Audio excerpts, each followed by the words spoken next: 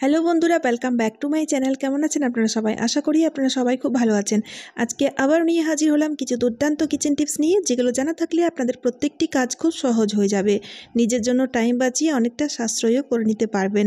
তো চলুন বন্ধুরা, আর বেশি কথা না বাড়িয়ে চটপট করে আজকের ভিডিওটি শুরু করা যাক। তো বন্ধুরা, আজকের প্রথম টিপসটি আপনাদের প্রত্যেকেরই খুব কাজে আসবে। কারণ বন্ধুরা, দেখবেন জামার কলারগুলো প্রচুর নোংরা হয়ে যায়। আর নোংরা হয়ে গিয়ে না, দেখতে পাচ্ছেন এইভাবে না নোংরার একটা কালো দাগ বসে যায়, যেটা দেখতে খুব খারাপ লাগে। আর বিশেষ করে সাদা জামাতে এই নোংরাটা একটু বেশি ফোকাস হয়ে থাকে। আর সাদা জামা কিন্তু প্রত্যেক বাড়িতে আছে, বাচ্চাদের স্কুলের ইউনিফর্ম থেকে শুরু করে এমনিতেও কিন্তু সাদা জামা আমরা কিন্তু পরেই থাকি। তো বন্ধুরা, এই কলারের ময়লা পরিষ্কার করার জন্য দারুণ একটি আইডিয়া শেয়ার করছি, দেখবেন খুব কাজে দেবে। তার জন্য এখানে নিয়ে নিতে হবে কোলগেট হোয়াইট পেস্ট, বা যে কোনো হোয়াইট পেস্ট নিয়ে নিতে হবে, কালারফুল পেস্ট নেবেন না, ঠিক আছে?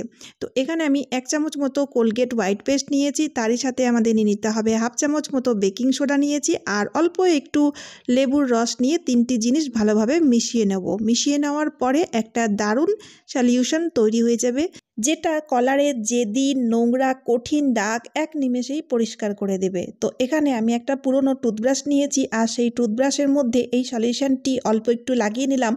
আর তারই সাথে কি করতে হবে, কলারটি যেহেতু আমরা পরিষ্কার করব, তাই আমি একটু জল দিয়ে ভিজিয়ে নিলাম।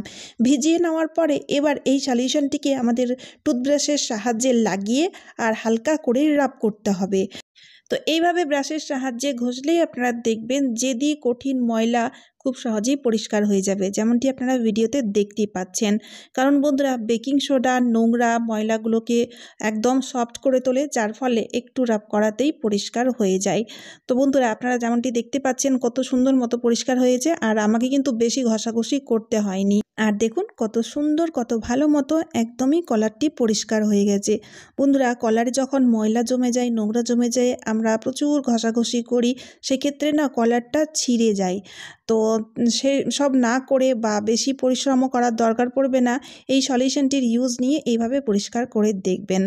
আশা করছি আইডিয়াটি আপনাদের খুব কাজে দেবে। চলে এলাম পরবর্তী আইডিয়া নিয়ে। তো বন্ধুরা, অনেক সময় দেখা যায় নখের কণাগুলো ফুলে গেছে, বা নখকুনির মতো সমস্যাও অনেক সময় হয়ে থাকে, বা অনেক সময় দেখা যায় নখের চামড়াগুলো উঠে যায়, তখনও কিন্তু আমাদের প্রচণ্ড যন্ত্রণা হয়। তো এমন সমস্যা হলে আপনারা কি করবেন? তার জন্য এখানে আমি একটা চামচ নিয়েছি, আর সেই চামচের মধ্যে অল্প একটু সর্ষের তেল নিয়ে নিলাম। এবার কি করব, এই তেলটিকে আমাদের হালকা একটু গরম করতে হবে। খুব বেশি গরম করবেন না, হালকা একটু গরম করতে হবে। আর এখানে আপনাদের সর্ষের তেলেরই ইউজ নিতে হবে, ঠিক আছে? এবার আমাদের নিয়ে নিতে হবে একটা কয়েন, 1 টাকা 2 টাকার কয়েন নিয়ে নিন। আর সেই কয়েনটিকে তেলের মধ্যে ডুবিয়ে তারপরে না এইভাবে নখের চারিপাশে শেক করতে হবে। তো এরকমভাবে তেলটিকে নখের কোনায় যেমন লাগানোও হবে, ঠিক সেই রকমই নখের কোনায় ভালোভাবে শেকও হয়ে যাবে।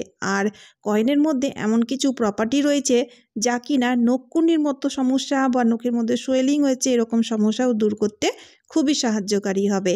আর কয়েনের দেখবেন কর্নারগুলো বেশ পাতলা থাকে, তাই নখের ভেতরে ঢুকি তেলটিকে বা লাগাতেও পারবো বা শেকও করতে পারবো। আশা করছি আইডিয়াটি আপনাদের দারুণ কাজে দেবে। চলে এলাম পরবর্তী টিপস নিয়ে। বন্ধুরা, আমরা যখন চুল আঁচড়াই তখন দেখবেন চুল ঝরে পড়ে, কারো বেশি কারো কম।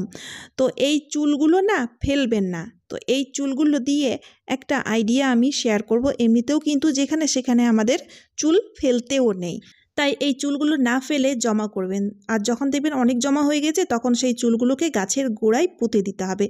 এতে কি হবে বন্ধুরা, গাছ খুব ভালো মতো নিউট্রিশন পাবে, গাছের গোড়ায় ফার্টিলাইজার দেওয়ার প্রয়োজন পড়বে না, গাছের মধ্যে প্রচুর ফুল হবে। ফুলের গাছ থাকলে বা ফলের গাছ থাকলে দেখবেন প্রচুর ফল হবে। তাই বন্ধুরা, টবের মধ্যে যদি গাছ লাগিয়েছেন, তাহলে টবের মাটিতে পুঁতে দেবেন, বা এমনি মাটিতেও আমরা গাছ লাগিয়ে থাকি, তা সেই মাটিতেও কিন্তু আপনারা এই চুল পুঁতে দেবেন। তাহলে দেখবেন বন্ধুরা, আপনাদের গাছের মধ্যে আর কোনো রকম কোনো সমস্যা থাকবে না, আর গাছের গ্রোথও খুব ভালো হবে। চলে এলাম পরবর্তী আইডিয়া নিয়ে। বন্ধুরা, আই কার্ড নিয়ে একটা দারুণ আইডিয়া শেয়ার করব। প্রত্যেক দিন কিন্তু আমাদের এই সমস্যার সম্মুখীন হতে হয়।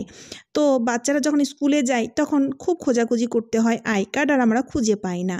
তো কী করবেন বন্ধুরা, বাচ্চারা যখন স্কুল থেকে আসবে তখন এই আই কার্ডটি না ব্যাগের এই হ্যান্ডেলের এই জায়গায় দেখুন এইভাবে লাগিয়ে রাখবেন। এই যে এইভাবে লাগিয়ে রাখলে কি হবে, প্রত্যেক দিন কিন্তু এই আই কার্ড আর খোঁজাখুঁজির কোনো রকম দরকার পড়বে না। আর যদি অনেক সময় দেখা যায় বাচ্চারা আই কার্ড নিয়ে যেতেও ভুলে যায়, সেক্ষেত্রে ভুলে গেলেও কিন্তু ব্যাগের মধ্যে যেহেতু লাগানো থাকবে তাই আর অসুবিধা হবে না।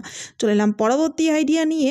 বন্ধুরা আমরা প্রত্যেকেই প্রত্যেক বাড়িতেই দেখবেন লোহার পাত্রে ইউজ তো হয়েই থাকে, লোহার চাটুই হোক বা লোহার কড়াই, কিন্তু এই লোহার মধ্যে জং ধরে যায়। আর যেটা দেখতে যেমন খারাপ লাগে ঠিক সেরকমই আমাদের শরীরের পক্ষেও কিন্তু খুবই ক্ষতিকর। তাই বন্ধুরা কী করবেন, লোহার পাত্র ধুলে পরেই ভালোভাবে ধুয়ে শুকিয়ে নেওয়ার পরে 1 থেকে 2 ফোঁটা তেল লাগিয়ে রাখবেন। ঠিক আছে, বেশি তেল লাগানোর দরকার নেই, যে কোনো তেল লাগালেই হবে। এবার তেল লাগানোর পরে কি করতে হবে, আরেকটি কাজ করতে হবে। তো তার জন্য এখানে নিয়ে নিন পলিথিন, আর পলিথিনের ভেতরে লোহার পাত্র ঢুকিয়ে তারপরে একটা গিঁট বেঁধে দেবেন। এতে কি হবে, যেমন টিকটিকি আরশোলা কোনো পোকামাকড় মুখও দিতে পারবে না, আর সেই সাথে মরিচাও পড়বে না, জং ধরবে না।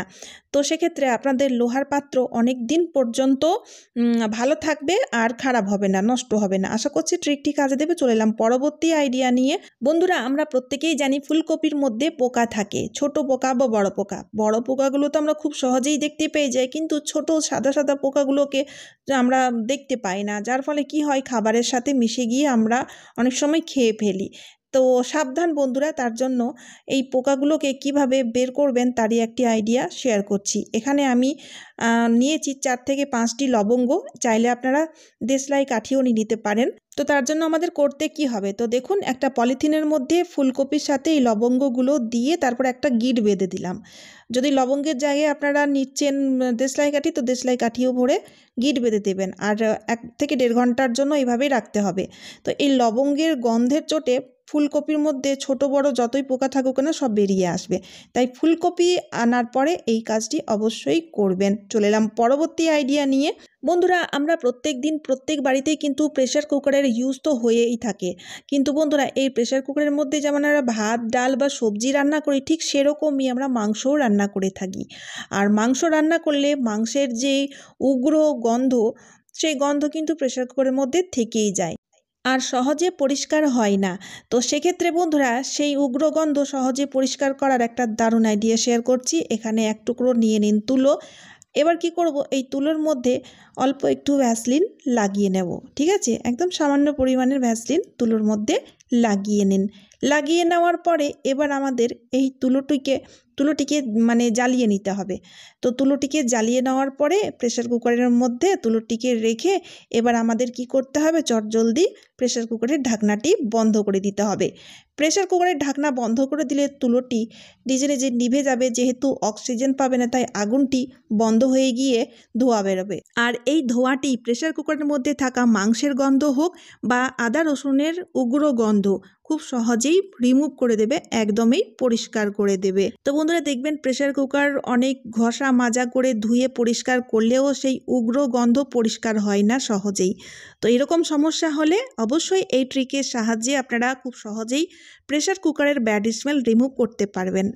তো বন্ধুরা অনেকেই রয়েছে যারা প্রেসার কুকারে গাজরের হালুয়া বা মিষ্টি জাতীয় অনেক খাবারই তৈরি করে থাকে। তো সেক্ষেত্রে সেই সময় বন্ধুরা মাছ মাংস বা সবজি বা আদা রসুনের গন্ধ দূর করতে এই ট্রিকটি আপনাদের দারুণ কাজে দেবে। তো চলুন বন্ধুরা আজকের মতো এই পর্যন্ত। আশা করছি এই ভিডিওটি আপনাদের খুবই উপকারে আসবে, তাই ভিডিওটি শেয়ার করতে ভুলবেন না, যাতে প্রত্যেকেই উপকৃত হয়। আর তারই সাথে সাথে চ্যানেলটিকে সাবস্ক্রাইব করে অবশ্যই আমার পাশে থাকবেন। তো চলুন আবারও দেখা হচ্ছে অন্য কোনো নতুন ভিডিওতে। টাটা বন্ধুরা।